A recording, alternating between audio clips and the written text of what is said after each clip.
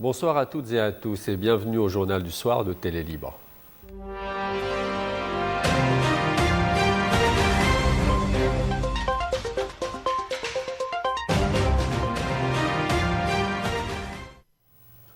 L'armée israélienne annonce avoir mené plusieurs frappes contre des sites du Hezbollah dans le sud du pays, alors même que l'armée libanaise affirme avoir désarmé l'organisation dans cette zone. Selon un communiqué militaire, Israël affirme avoir détruit des structures militaires utilisées pour l'entraînement de combattants, la planification d'attaques et la préparation d'opérations contre des soldats et des civils israéliens. Parmi les cibles évoquées, des tunnels sans localisation précise. Peu après cette annonce, l'Agence nationale d'information, l'ANI, a fait état d'une série de frappes aériennes israéliennes visant au moins 5 villages du sud, dont Ansar, Zreiriye, Kfar Milki, Nahr el-Shiti et Bouslaya. Après plus de 8 décennies, la mémoire de l'indépendance libanaise retrouve une nouvelle voie. À Rachaya, au lieu de l'histoire nationale, la technologie permet aujourd'hui de revisiter les événements fondateurs de 1943, là où même les dirigeants libanais furent emprisonnés. Au sud de la Beka, le musée de Rachaya reste un symbole fort de la souveraineté du Liban et de la transmission de sa mémoire. Reportage de Nawal Ashar. À Rachaya, les murs parlent. Derrière les pierres épaisses de la citadelle, devenue musée, se joue une page essentielle de l'histoire du Liban. C'est ici qu'en 1943, sous le mandat français, plusieurs figures majeures de l'indépendance ont été emprisonnées, dont le président Bchar al-Khouri et le premier ministre Riyad Salah.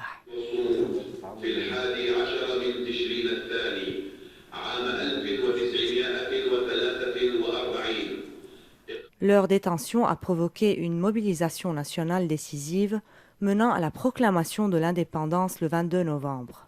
Aujourd'hui, le musée de Rachaya conserve les cellules, les objets personnels et les archives de ces hommes qui ont façonné l'État libanais. Les visiteurs parcourent des couloirs restés intacts, témoins silencieux d'un combat politique fondateur. Nous souhaitons que tous les Libanais, en particulier les étudiants, puissent découvrir ce qui s'est réellement passé à Rachaya. Le musée retrace l'histoire de la forteresse de Rachaya et la situation politique et historique à la veille de l'indépendance. Dernière innovation, grâce à l'intelligence artificielle, les récits des pères de l'indépendance sont désormais reconstitués à partir d'archives offrant une immersion inédite dans les événements de 1943.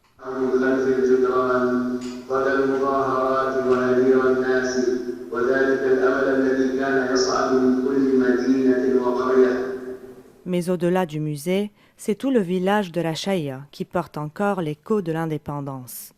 Un rappel, dans un Liban en crise, qu'unité et volonté ont un jour permis de faire naître un État souverain.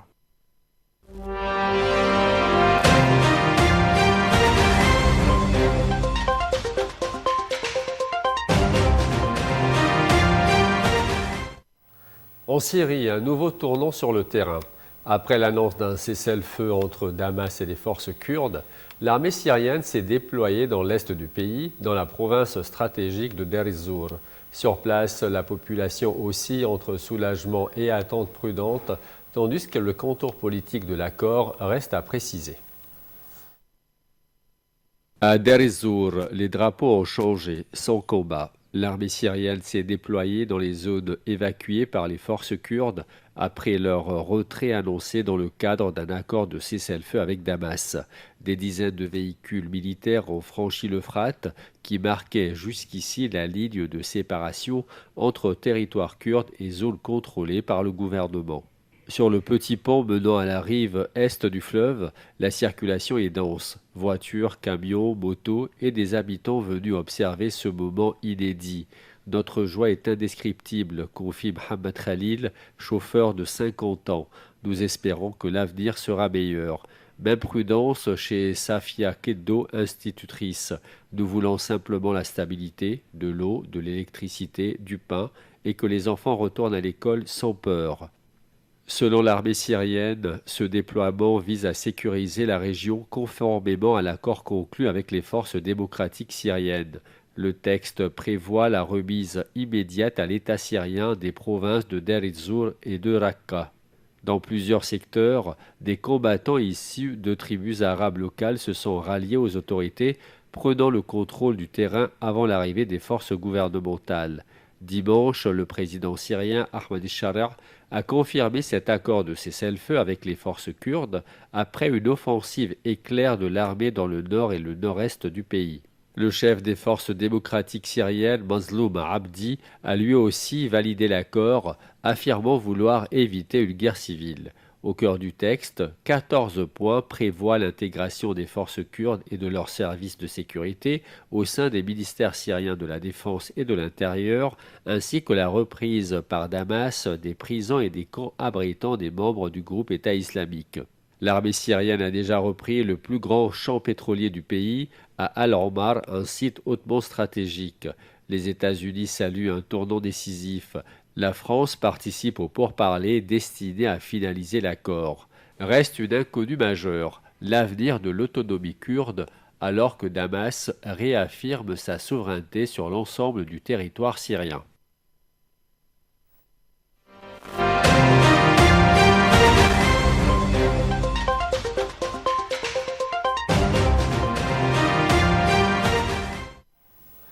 Aux États-Unis, la diaspora iranienne mobilise face à la répression sanglante en Iran.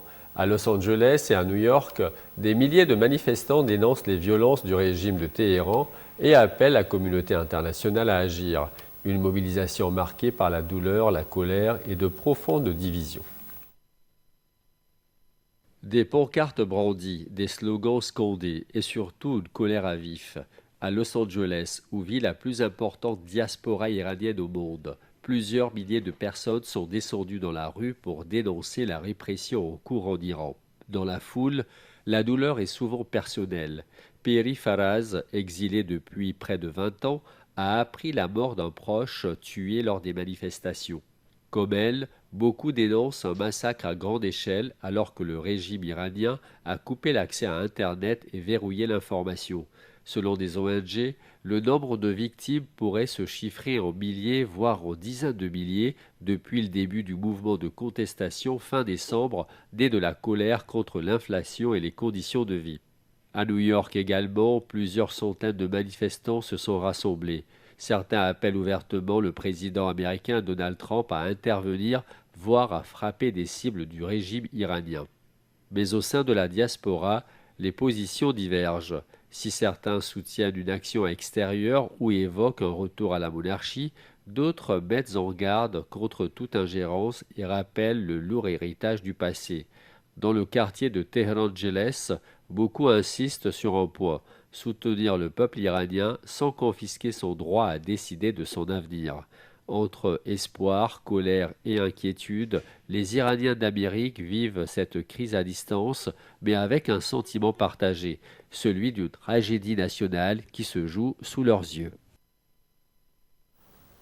Les tensions montent entre l'Union européenne et les États-Unis. En cause, les menaces de Donald Trump d'imposer de lourdes taxes douanières à plusieurs pays européens s'ils refusent de céder à le Groenland à Washington. Face à ce que Bruxelles qualifie de chantage économique, l'Europe envisage une riposte inédite, un bras de fer transatlantique aux conséquences potentiellement majeures. C'est une ligne rouge que les Européens refusent de voir franchie. Le Groenland, territoire autonome du Royaume du Danemark, est désormais au cœur d'un bras de fer diplomatique d'une rare intensité entre l'Union européenne et les États-Unis. Samedi, le président américain Donald Trump a menacé d'augmenter les droits de douane contre 8 pays européens si le Groenland n'était pas, comme il dit, intégralement vendu à Washington. Une déclaration qui a provoqué une onde de choc au sein des 27. À Berlin, le ministre allemand de l'économie annonce une réponse coordonnée. Nous ne céderons pas au chantage. L'Europe donnera une réponse claire et unanime. Des contre-mesures concertées sont en préparation. Plusieurs options sont à l'étude. Le gel de l'accord douanier américano-européen, l'instauration de taxes ciblées sur des produits américains et surtout l'activation d'un outil jusqu'ici jamais utilisé. Son nom, l'instrument anti-coercition. Adopté en 2023, il est déjà surnommé le bazooka de l'Union européenne, un mécanisme pensé pour répondre à toute pression économique exercée contre un État membre.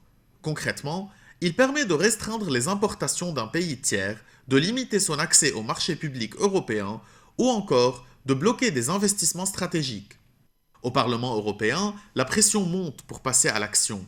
La présidente du groupe Renew Europe, Valérie Hayer, appelle à activer cet instrument sans tarder. Les États-Unis font un calcul dangereux et potentiellement douloureux. L'instrument anti-coercition est notre arme nucléaire économique. Il a été conçu précisément pour répondre à ce type d'intimidation, affirme-t-elle. La procédure reste toutefois complexe. La Commission européenne peut enclencher le mécanisme, mais son activation doit être validée par les États membres à la majorité qualifiée, après une phase de médiation. Jusqu'ici, ce bazooka n'a jamais été tiré. Mais face à l'escalade américaine, Bruxelles semble désormais prête à franchir le pas. Au-delà du Groenland, c'est une menace claire que l'Europe veut envoyer. Elle ne se laissera plus intimider sur ses choix souverains. Un possible tournant dans les relations transatlantiques. Et si l'Europe jouait la carte des armes économiques, car elle n'est pas militairement maîtresse de sa défense? Avions de combat, missiles, systèmes électroniques, une grande partie de l'arsenal européen dépend aujourd'hui des États-Unis, au point que, sans l'aval de Washington, certaines armes ne pourraient tout simplement pas être utilisées. Alors que le continent parle de souveraineté stratégique, la réalité apparaît bien plus fragile. Décryptage, Édouard Sfer. Imaginez un scénario extrême. Une crise majeure entre l'Europe et les États-Unis. Militairement impensable, peut-être. Mais la raison ne serait pas diplomatique. Elle serait technologique. Car aujourd'hui, une grande partie des armées européennes dépend d'un seul pays, les États-Unis. Avions, missiles, chars blindés, nombre de ces équipements ne peuvent fonctionner sans autorisation américaine. Prenez le Danemark par exemple. En 2025, le pays poursuit l'achat de chasseurs F-35, des appareils ultramodernes mais soumis à une contrainte majeure, une clé électronique renouvelée chaque 48 heures par le Pentagone. Sans elle, l'avion ne décolle pas, même en cas de guerre, même si Copenhague le décide. C'est l'effet de la réglementation ITAR. Dès qu'un composant américain est intégré à une arme, Washington conserve un droit de regard, et parfois de veto, sur son utilisation ou son exportation. Un seul pays fait exception en Europe, la France. Depuis le général de Gaulle, Paris a fait le choix de l'autonomie stratégique. Le Rafale est conçu sans composants soumis à ITAR. La dissuasion nucléaire est indépendante. Chars, sous-marins, missiles, la chaîne de décision reste nationale. Mais pourquoi ce modèle n'a-t-il pas été généralisé?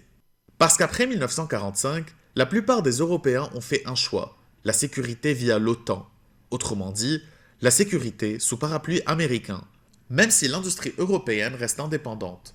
En 2025, le géant allemand Rheinmetall multiplie les partenariats avec les groupes américains.